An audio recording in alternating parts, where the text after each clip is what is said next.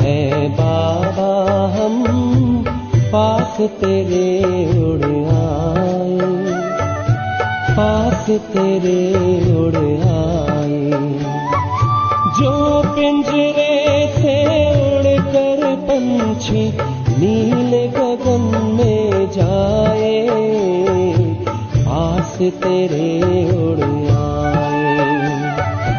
जी करता है बाबा हम पास तेरे उड़ आए, पास तेरे उड़ आए।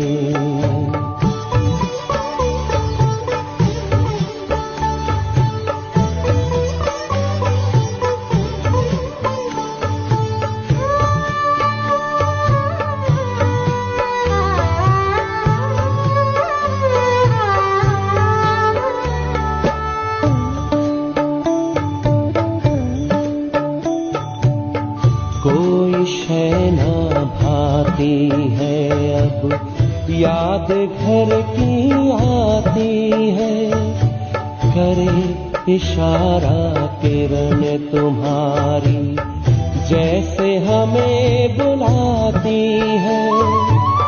तेरी याद में समा के हम तो तुम सा ही बन जाए, पास तेरे उड़ आए, पास तेरे उड़ आए।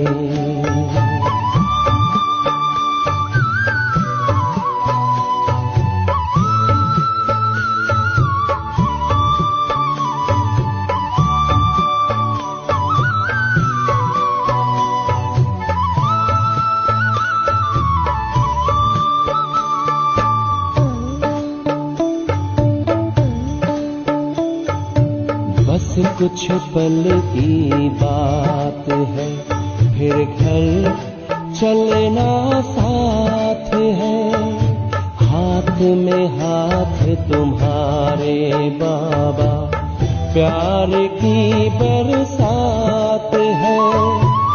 संगम युग में संग में तेरे हर पल मिलन मनाए, पास तेरे उड़ आए, पास तेरे उड़ आए।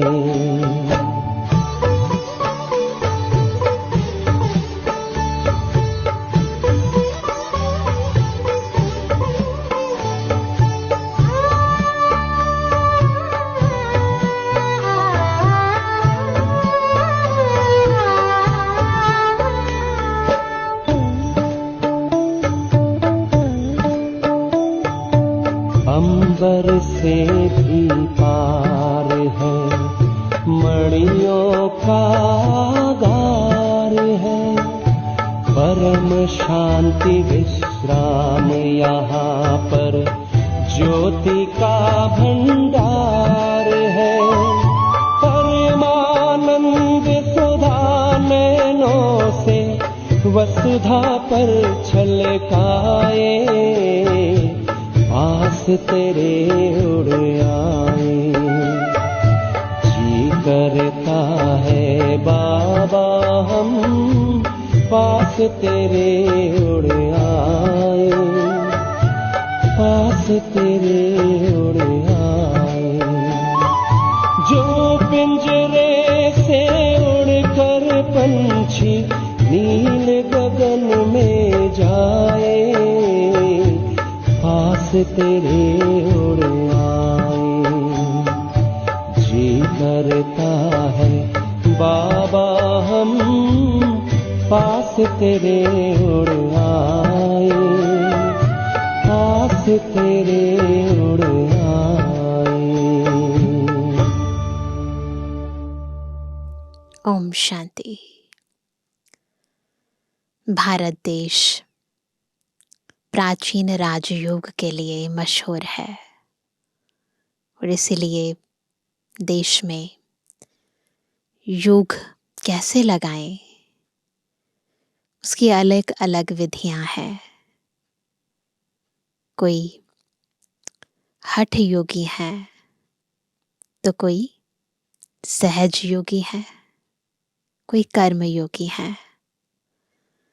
योग की भी अलग अलग मुद्राएं हैं, अलग अलग आसन हैं, अलग अलग तरीके हैं, जिसे कई बारी हम प्राणायाम कह देते हैं, व्यायाम कह देते हैं। तो विभिन्नताएं हर चीज के साथ साथ योग की भी है। परंतु योगों का भी योग राजयोग, जो खुद प्यारा मीठा शिव बाबा आकर हमें सिखाते हैं। कहने को राजयोग है, लेकिन इतना सहज रीति सिखाते हैं, इतना साधारण रीति सिखाते हैं, जो छोटा बच्चा भी योग लगा सके। और ऐसा योग जो हम चलते फिरते उठते बैठते दिनचर्या के कर्म करते भी कर सकें। और ऐसा योग जिससे जो सिद्धियां प्राप्त होती हैं, उसका प्रभाव केवल एक मनुष्य आत्मा के जीवन पर नहीं, पितु संपूर्ण दुनिया पर पड़ सके। केवल एक शिव बाबा एक बार संगम युग पर आकर हमें सिखाते हैं। ये योग ही वो हुनर है जो खुद भगवान द्वारा हमें दिया गया है। ये योग ही इस ब्राह्मण जीवन की सर्वश्रेष्ठ विशेषता है, जिससे प्राप्तियां अनंत हैं, जिसकी खूबियां अनंत हैं। यदि योग यथार्थ लगाना आ जाए तो योग योग ना रहे, आनंद की अनुभूति कराने वाला एक स्रोत बन जाए। आज की मुरली भी हमें सहज योगी बना रही है। सुनते हैं बाबा के मधुर महावाक्य। आज है 1 अक्टूबर 2024।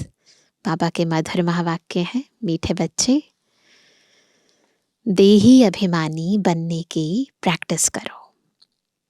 इस प्रैक्टिस से ही क्या बन जाएंगे? तुम पुण्य आत्मा बन सकेंगे। बार बार प्रैक्टिस करनी है, प्रैक्टिस से ही परफेक्शन आती है। तो बार बार अभ्यास करना है। मैं देह को चलाने वाली शक्तिशाली आत्मा हूं।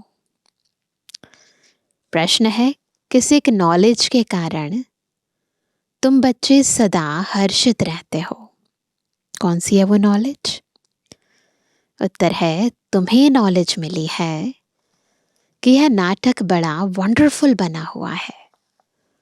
इसमें हर एक एक्टर का अविनाशी पार्ट नोंदा हुआ है, फिक्स है। सब अपना अपना पार्ट बचा रहे हैं। इस कारण तुम सदा हर्षित रहते हो। दूसरा प्रश्न है, कौन सा एक हुनर बाप के पास ही है, दूसरों के पास नहीं? उत्तर है, देही अभिमानी बनाने का हुनर एक बाप के पास है, क्योंकि वह खुद सदा देही है ना, सुप्रीम है। यह हुनर किसी भी मनुष्य को आ नहीं सकता। ओम शांति। रूहानी बच्चों अर्थात आत्माओं प्रति बाप बैठ समझाते हैं। अपने को आत्मा तो समझना है ना। बाप ने बच्चों को समझाया है, पहले पहले यह प्रैक्टिस करो कि हम आत्मा हैं, ना कि शरीर। जब अपने को आत्मा समझेंगे तभी परमपिता को याद करेंगे। ये विधि है।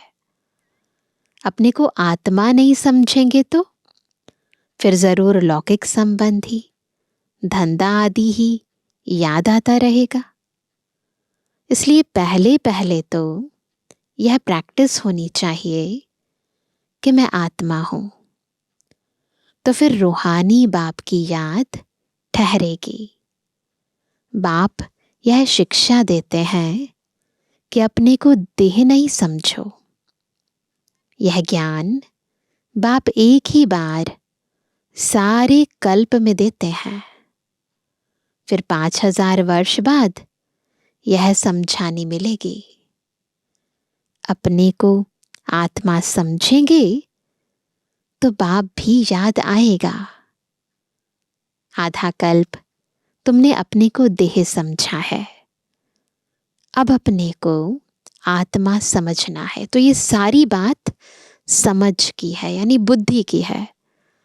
तो बुद्धि ही जब पतित है तो देह समझते हैं, जब पावन होती जाती है तो देह ही समझते जाते हैं। जैसे तुम आत्मा हो, मैं भी आत्मा ही हूं, परंतु अंतर क्या है? सुप्रीम हूं।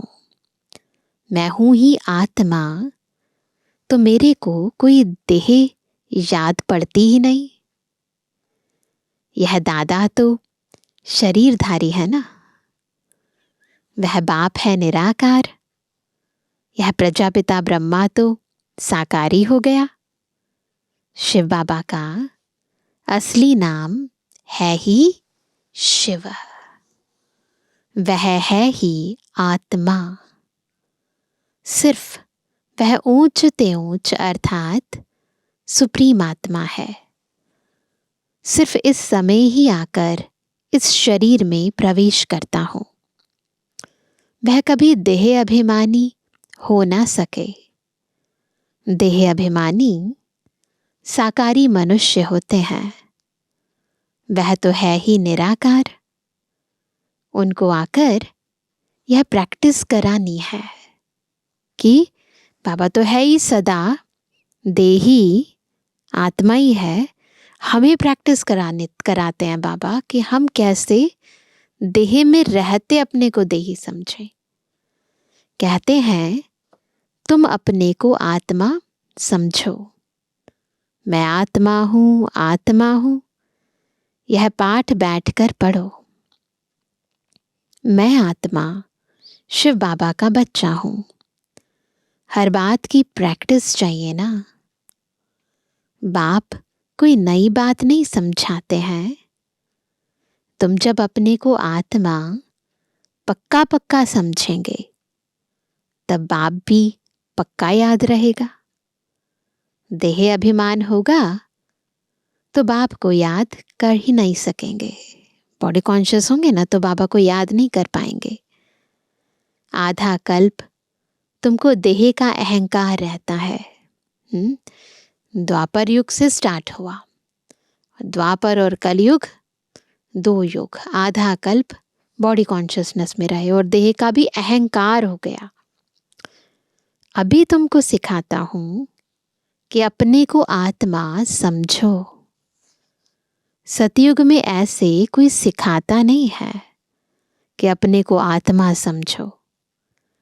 शरीर पर नाम तो पड़ता ही है, नहीं तो 1-2 को बुलावे कैसे। यहां तुमने बाप से जो वर्षा पाया है वही प्रारब्ध वहां पाते हो। बाकी बुलाएंगे तो नाम से ना। श्री कृष्ण भी शरीर का नाम है ना। नाम बगैर तो कारोबार आदि चल ना सके। सारी आत्माएं होंगी तो कारोबार कैसे चलाएंगे? किससे कौन कहेगा?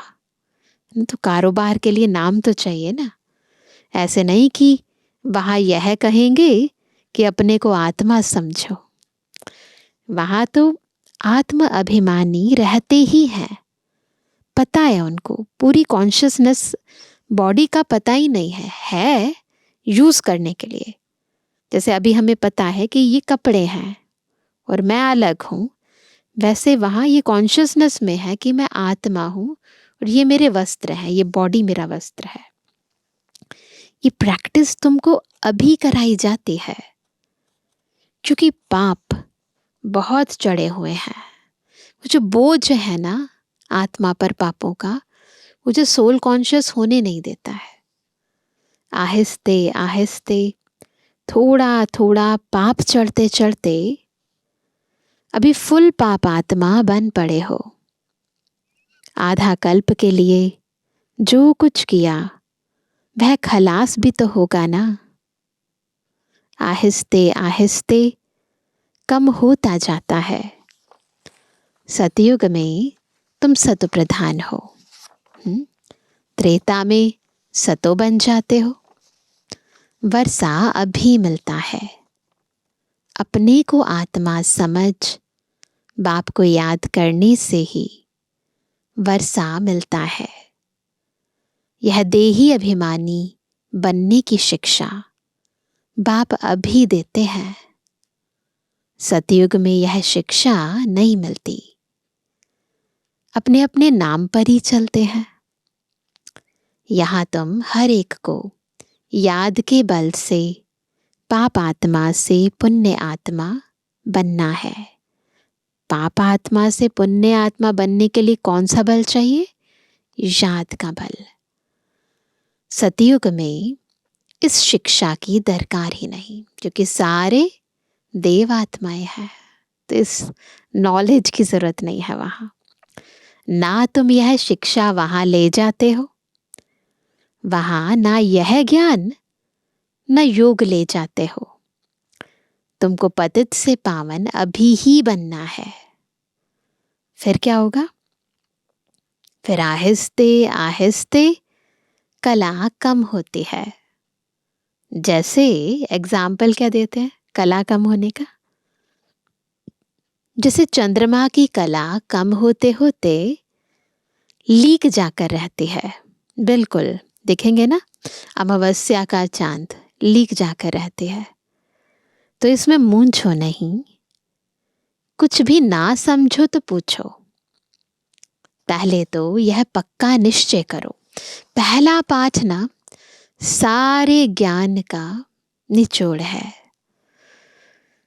क्या निश्चय करें? कि हम आत्मा है। तुम्हारी आत्मा ही अभी तमो प्रधान बनी है। पहले सतो प्रधान थी, फिर दिन प्रतिदिन कला कम होती जाती है। मैं आत्मा हूं, यह पक्का न होने से ही तुम बाप को भूलते हो। पहले पहले मूल बात ही यह है। आत्म अभिमानी बनने से बाप याद आएगा तो वर्षा भी याद आएगा। कैसे याद आएगा? जब आत्म अभिमानी बनेंगे। वर्षा याद आएगा तो पवित्र भी रहेंगे, दैवी गुण भी रहेंगे। एम ऑब्जेक्ट तो सामने है ना। यह है गॉडली यूनिवर्सिटी। भगवान पढ़ाते हैं। देही अभिमानी भी वही बना सकते हैं, और कोई भी यह हुनर जानता ही नहीं है। क्या?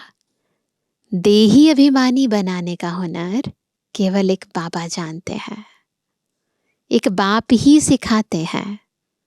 यह दादा भी पुरुषार्थ करते हैं। ब्रह्मा बाबा ने भी तो पुरुषार्थ किया ना। हुनर सिखाने वाला शिव बाबा है। बाप तो कभी देह लेते ही नहीं, जो उनको देही अभिमानी बनने का पुरुषार्थ करना पड़े। तो शिव बाबा को पुरुषार्थ नहीं करना पड़ता, ब्रह्मा बाबा ने किया। वह सिर्फ इस ही समय आते हैं तुमको देही अभिमानी बनाने। यह कहावत है। क्या कहावत है इस पर? जिनके माथे मामला वह नींद कैसे करे, है ना। बहुत धंधा आदि टू मच होता है तो फुर्सत नहीं मिलती, और जिनको फुर्सत है वह आते हैं बाबा के सामने पुरुषार्थ करने। कोई नए भी आते हैं, समझते हैं नॉलेज बड़ी अच्छी है, गीता में भी यह अक्षर है, मुझ बाप को याद करो तो तुम्हारे विकर्म विनाश हो जाए। तो बाप यह समझाते हैं। केवल समझाते भी नहीं, हमें बार बार प्रैक्टिस भी कराते हैं। बाप कोई को दोष नहीं देते हैं, यह तो जानते हैं तुमको पावन से पतित बनना ही है। किसी का कसूर नहीं है, ये ड्रामा ही ऐसा बना है कि हमें पावन बनना है फिर पतित बनना है, और हमको आकर पतित से पावन बनाना ही है। तो ये ड्रामा में नूंद है, बाबा ये जानते हैं, तो किसी पर दोष नहीं रखते हैं। यह बना बनाया ड्रामा है, इसमें कोई के निंदा की बात नहीं है ना। तुम बच्चे अभी ज्ञान को अच्छी रीति जानते हो, और तो कोई भी ईश्वर को जानते ही नहीं, इसलिए निधन के नास्तिक कहलाए जाते हैं। अभी बाप तुम बच्चों को कितना समझदार बनाते हैं, टीचर रूप में शिक्षा देते हैं, कैसे यह सृष्टि का चक्र चलता है। यह शिक्षा मिलने से तुम भी सुधरते हो। भारत जो शिवालय था सो अब वैश्यालय है ना, इसमें ग्लानि की तो बात ही नहीं। यह खेल है जब आप समझाते हैं। तुम क्या खेल है, तुम देवता से असुर कैसे बने हो ऐसे नहीं कहते, क्यों बने, खेल है ना। तो बाबा कहते ये नहीं, प्रश्न ही नहीं उठता कि ऐसा क्यों हुआ। खेल है, ड्रामा है, हर एक का अपना रोल है, तो क्यों का कोई क्वेश्चन ही नहीं है। बाप आए ही हैं बच्चों को अपना परिचय देने, और सृष्टि का चक्र कैसे फिरता है यह नॉलेज देते हैं। मनुष्य ही जानेंगे ना, और कौन जानेंगे। अभी तुम जाकर है ना, अभी तुम जानकर फिर देवता बनते हो। हम ही क्यों जानते हैं, क्योंकि हम ही देवता बनते हैं ना। यह पढ़ाई है मनुष्य से देवता बनने की, जो बाप ही बैठ पढ़ाते हैं। यहाँ तो सब मनुष्य ही मनुष्य हैं, देवता तो इस सृष्टि पर आ नहीं सकते जो टीचर बनकर पढ़ाए।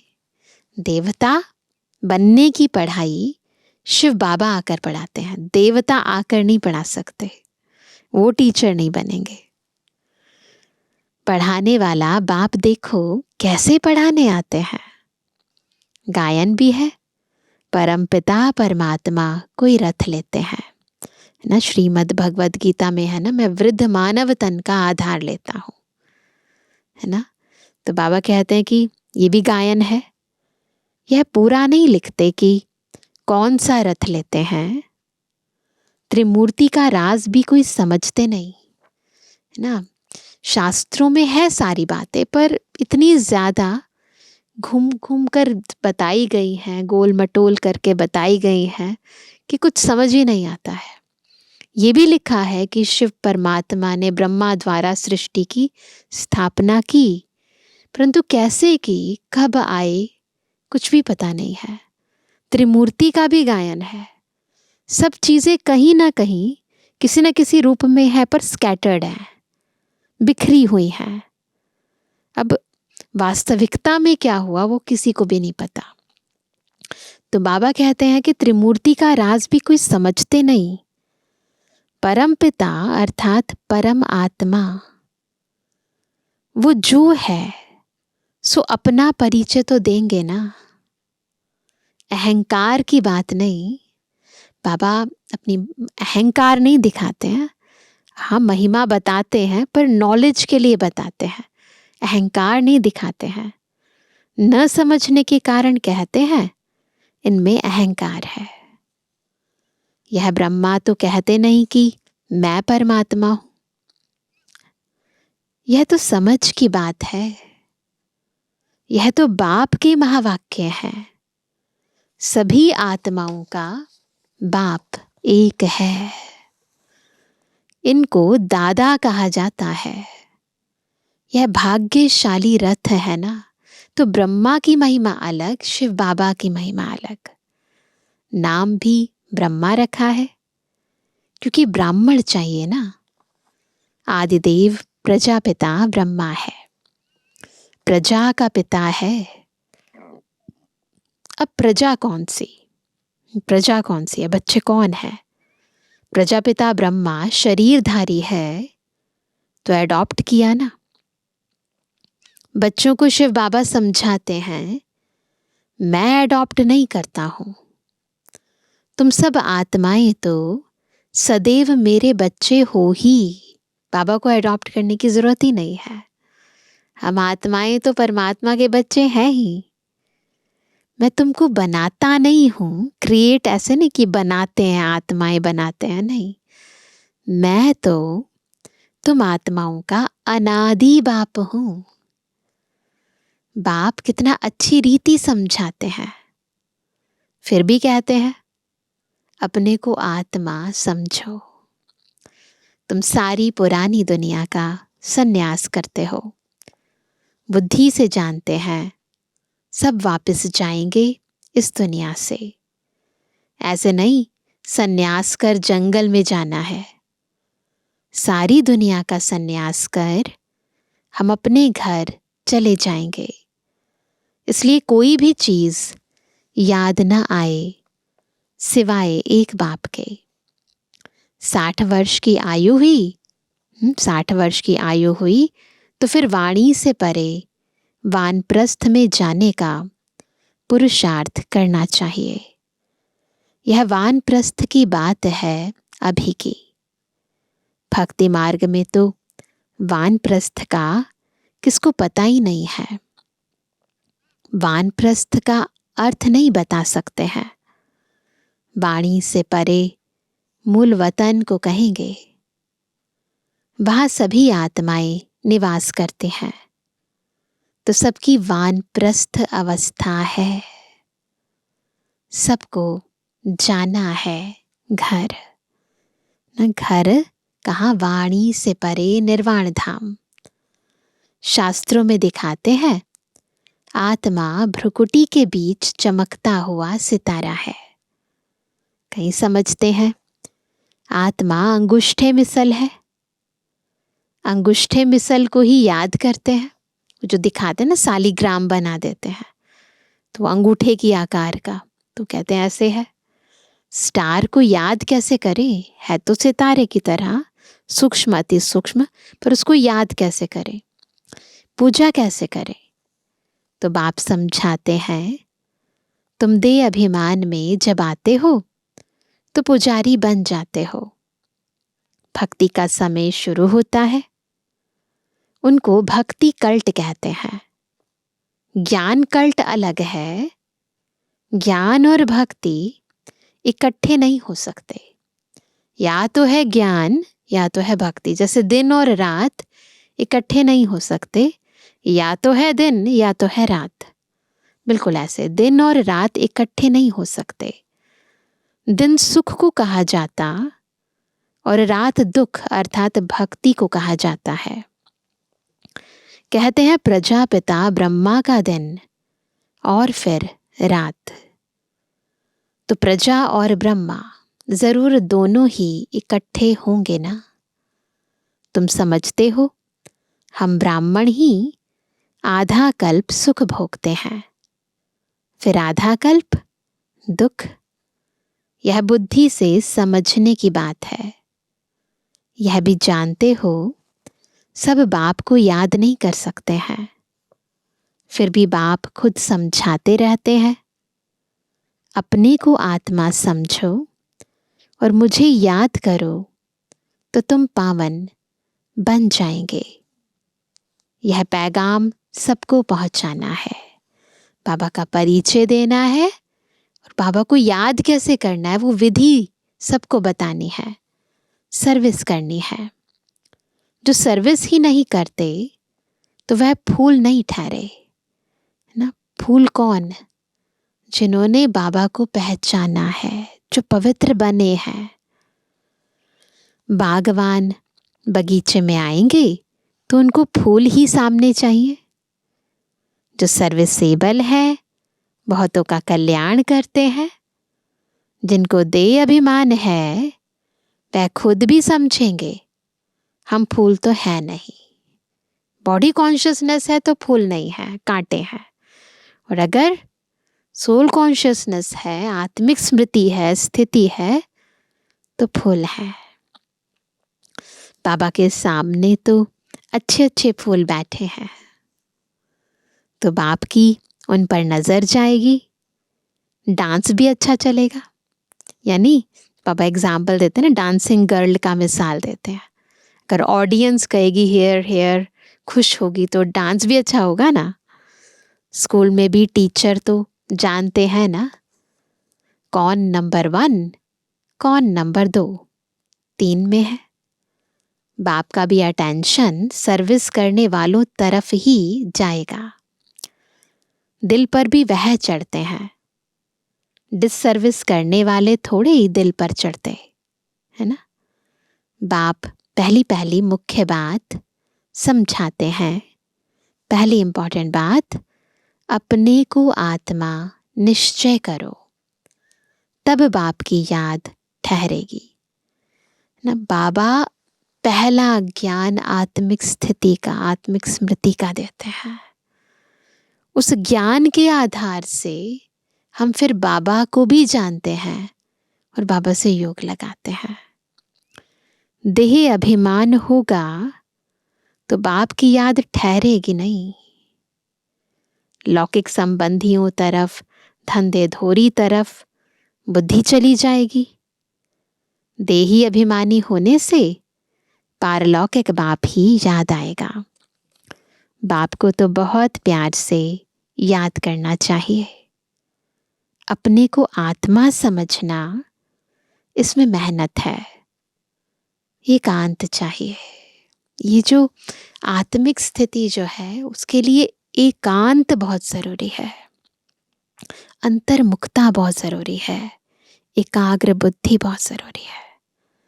तो जब हम एक के अंत में चले जाते हैं, मन को अंतर्मुखी बनाते हैं, तो यथार्थ रीति और सदा काल के लिए हम आत्मिक स्थिति में टिक पाते हैं और बाबा की स्मृति भी हमारे मन बुद्धि में सदा काल के लिए समाती है। तो इसलिए बाबा कहते हैं कि क्या करना है, एकांत बहुत ज़रूरी है। 7 रोज़ की भट्ठी का कोर्स बहुत कड़ा है, अभी तो कड़ा नहीं है, बाबा के टाइम पर बहुत कड़ा था। बिल्कुल किसी से कोई लिंक ही नहीं। अभी तो घड़ी घड़ी मोबाइल बजता रहता है, कोर्स के दौरान भी कोई की याद ना आए, किसको पत्र भी नहीं लिख सकते। बाबा के टाइम पर बिल्कुल जैसे भट्टी होती है ना, तो वैसे भट्टी होती थी। यह भट्टी तुम्हारी शुरू की थी, यहाँ तो सबको रख नहीं सकते, इसलिए कहा जाता है घर में रहकर प्रैक्टिस करो। भक्त लोग भी भक्ति के लिए अलग कोठी बना देते हैं ना। कई घरों में होता है ना, अलग से भक्ति करने के लिए रूम बनाते हैं। अंदर कोठरी में बैठ माला से मरते हैं। तो इस याद की यात्रा में भी एकांत चाहिए। एक बाप को ही याद करना है। इसमें कुछ जबान चलाने की भी बात नहीं है, मुख से भी नहीं बोलना राम राम शिव शिव। इस याद के अभ्यास में फुर्सत चाहिए। तुम जानते हो लौकिक बाप है हद का क्रिएटर, यह है बेहद का। प्रजापिता ब्रह्मा तो बेहद का ठहराना। बच्चों को एडॉप्ट करते हैं, शिव बाबा एडॉप्ट नहीं करते हैं। उनके तो बच्चे सदैव हैं ही। तुम कहेंगे शिव बाबा के हम बच्चे आत्माएं अनादि हैं ही। ब्रह्मा ने तुमको एडॉप्ट किया है। हर एक बात अच्छी रीति समझने की है। बाप रोज रोज बच्चों को समझाते हैं। कहते हैं बाबा याद नहीं रहती। देखो बाबा कितना समझाते हैं फिर भी कंप्लेंट। बाप कहते हैं इसमें थोड़ा समय निकालना चाहिए। कोई कोई ऐसे होते हैं जो बिल्कुल समय दे नहीं सकते, इतने बिजी रहते हैं ना, टाइम ही नहीं निकाल पाते। बुद्धि का काम बहुत रहता है। फिर याद की यात्रा कैसे हो? निकालना तो पड़ेगा ना। अगर कुछ पाना है तो कुछ तो करना पड़ेगा ना। बाप समझाते हैं, मूल बात ही यह है, अपने को आत्मा समझ मुझ बाप को याद करो तो तुम पावन बन जाएंगे। मैं आत्मा हूँ, शिव बाबा का बच्चा हूँ। यह मनमना भाव हुआ ना, इसमें मेहनत चाहिए। मन बुद्धि को एकाग्र करने के लिए ना मेहनत चाहिए। आशीर्वाद की बात नहीं, ऐसे नहीं पापा को कहें आशीर्वाद करो, यह तो पढ़ाई है। इसमें कृपा व आशीर्वाद नहीं चलती। मैं कभी तुम्हारे ऊपर हाथ रखता हूं क्या? तुम जानते हो, बेहद के बाप से हम वर्षा ले रहे हैं ना, वरदान भी ले रहे हैं और वर्षा भी ले रहे हैं। अमर भव, आयुष्मान भव, इसमें सब आ जाता है। जो बाबा से हम वर्षा ले रहे हैं ना, इससे अमर लोक के मालिक भी बन जाएंगे, आयु भी लंबी हो जाएगी। तुम फुल एज यानी आयु पाते हो। वहां कभी अकाले मृत्यु नहीं होती। यह वर्षा कोई साधु संत आदि दे नहीं सकते। वह कहते हैं पुत्रवान भव, तो मनुष्य समझते उनकी कृपा से बच्चा हुआ है। समझते हैं परंतु ऐसा है नहीं। बस जिनको बच्चा नहीं होगा वह जाकर उनका शिष्य बनेंगे। ज्ञान तो एक ही बार मिलता है।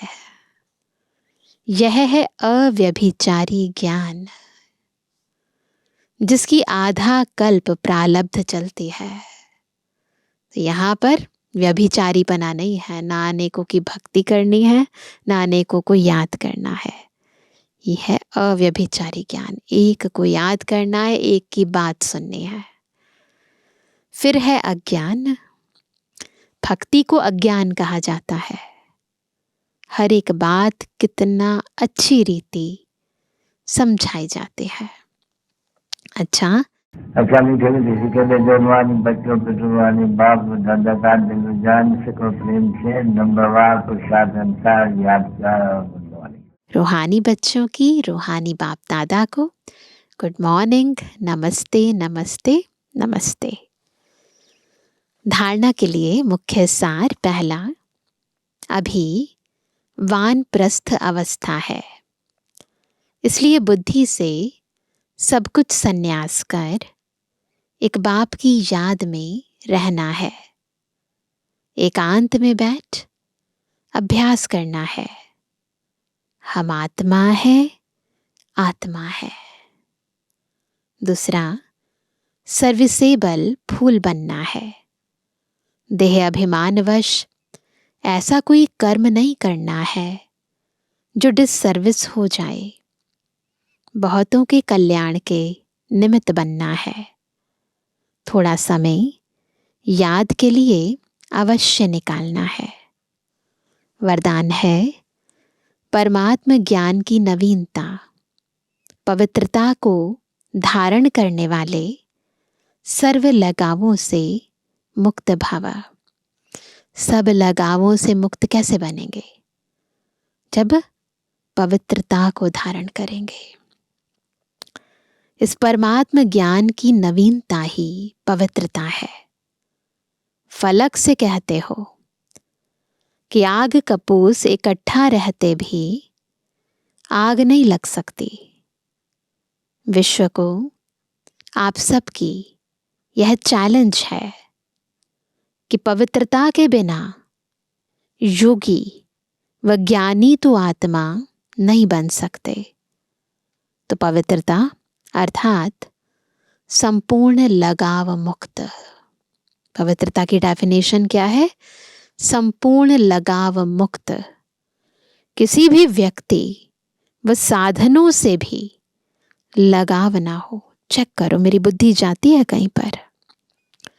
ऐसी पवित्रता द्वारा ही प्रकृति को पावन बनाने की सेवा कर सकेंगे, जब ऐसी पवित्रता होगी। स्लोगन है, पवित्रता आपके जीवन का मुख्य फाउंडेशन है। धरत पर ये धर्म ना छोड़िए। पवित्रता ब्राह्मण जीवन का आधार है, ब्राह्मण जीवन की पर्सनालिटी है, रियलिटी है, रॉयलिटी है। चाहे कुछ भी करना पड़े, यहाँ पवित्रता में कोई कुछ भी, धरत पड़िए पर धर्म ना छोड़िए, थोड़ा भी नहीं छोड़ना, थोड़ा भी मार्जिन नहीं, संपूर्ण पवित्रता। अच्छा, आज विशेष हम सभी क्या होमवर्क करेंगे? बाबा ने कहा वाणी से परे जाने का अभ्यास करना है। तो एकांत में बैठकर मन बुद्धि को इस वाणी की दुनिया से परे निर्वाण धाम में ले जाने का, जहाँ बाहर की आवाज ना आए, दुनिया की बातें डिस्टर्ब ना करें, बिल्कुल एकांत में चले जाएं। एक के अंत में वाणी से परे परम धाम जाने का अभ्यास करेंगे। अच्छा, ओम शांति।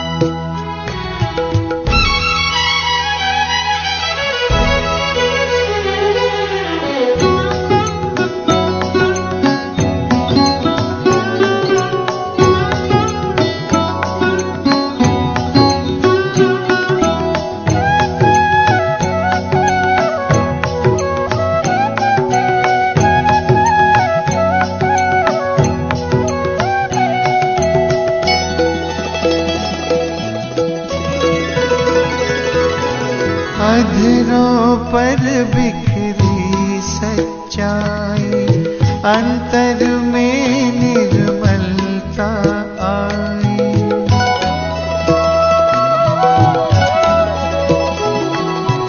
अधरों पर बिखरी सच्चाई, अंतर में निर्मलता आई। विराजित तन के मंदिर में मन की मूर्ति मुस्काई।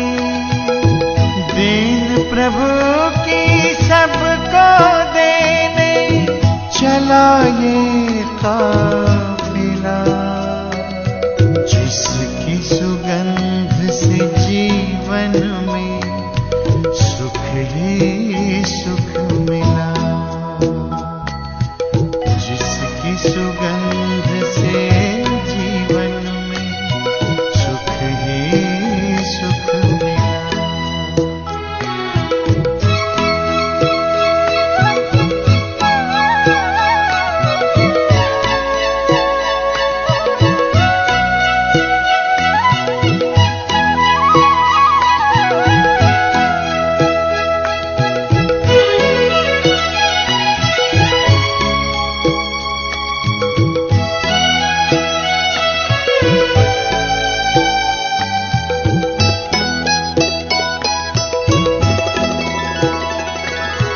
निश्चय ने निश्चिंत किया, निश्चित विजय हमारी।